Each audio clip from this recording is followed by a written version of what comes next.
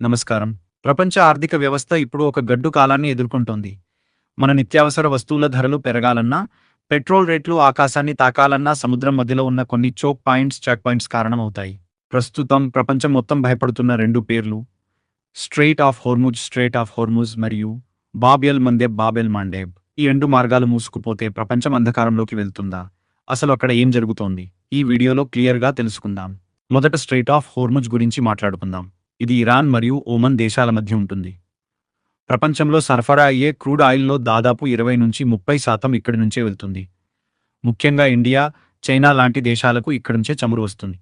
ప్రస్తుతం ఇరాన్ మరియు ఇజ్రాయెల్ మధ్య జరుగుతున్న యుద్ధం వల్ల ఇరాన్ ఈ మార్గాన్ని బ్లాక్ చేస్తామని హెచ్చరిస్తోంది.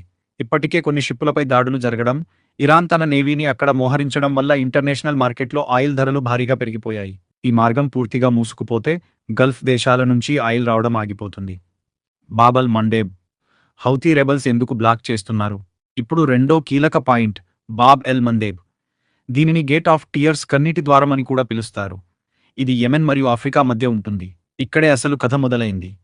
యెమెన్కు చెందిన హౌతీ రెబల్స్ హౌతీస్ ఈ మార్గాన్ని టార్గెట్ చేశారు. ఎందుకు అంటే, గాజాలో ఇజ్రాయెల్ చేస్తున్న దాడులకు నిరసనగా ఇజ్రాయెల్కు లేదా వారి మిత్రదేశాలకు సంబంధించిన షిప్పులను మేము వెళ్లనివ్వము అని వీరు భీష్మించుకుని కూర్చున్నారు. డ్రోన్లు, మిస్సైల్స్తో కార్గో షిప్పులపై దాడులు చేస్తున్నారు. దీనివల్ల పెద్ద పెద్ద షిప్పింగ్ కంపెనీలు, మ్యార్స్క్ లాంటివి ఈ రూట్లో రావడానికి భయపడుతున్నాయి. డబుల్ బ్లాకెడ్ ప్రభావం ఎలా ఉంటుంది? ఒకవేళ హోర్ముజ్ మరియు బాబ్ ఎల్ మండేబ్ రెండూ ఒకేసారి బ్లాక్ అయితే ఏమవుతుంది? షిప్పింగ్ ఖర్చులు, షిప్పులు ఆఫ్రికా చుట్టూ తిరిగి రావాల్సి ఉంటుంది.